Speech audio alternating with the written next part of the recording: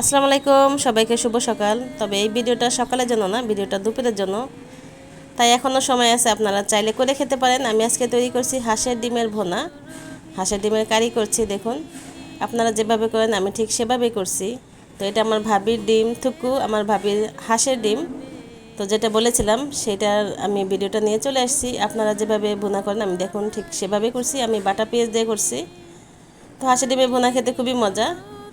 তো আপনারা যারা আমার বন্ধুরা যারা বলেছেন ব্যাকগ্রাউন্ড মিউজিক দেওয়া যাবে না, বিভিন্ন ক্লেম আসতে পারে, সমস্যা হতে পারে, তো সেই সব বন্ধুদের জন্য আমি আমার আজকে ভয়েসটাই দিয়ে দিলাম। তো কেমন হয়েছে জানাবেন। দেখুন আমার হাঁসের ডিম রেডি, মাসাল্লাহ। তো যেহেতু গ্রাম থেকে হাঁসের ডিম আসছে, কলাপাতা আসছে, তো ভাবলাম একটু গ্রাম স্টাইলের, একটু ন্যাচারাল স্টাইল একটু পরিবেশন করি।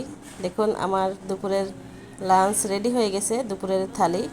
তো কেমন হয়েছে জানাবেন, খেতে চলে আসুন।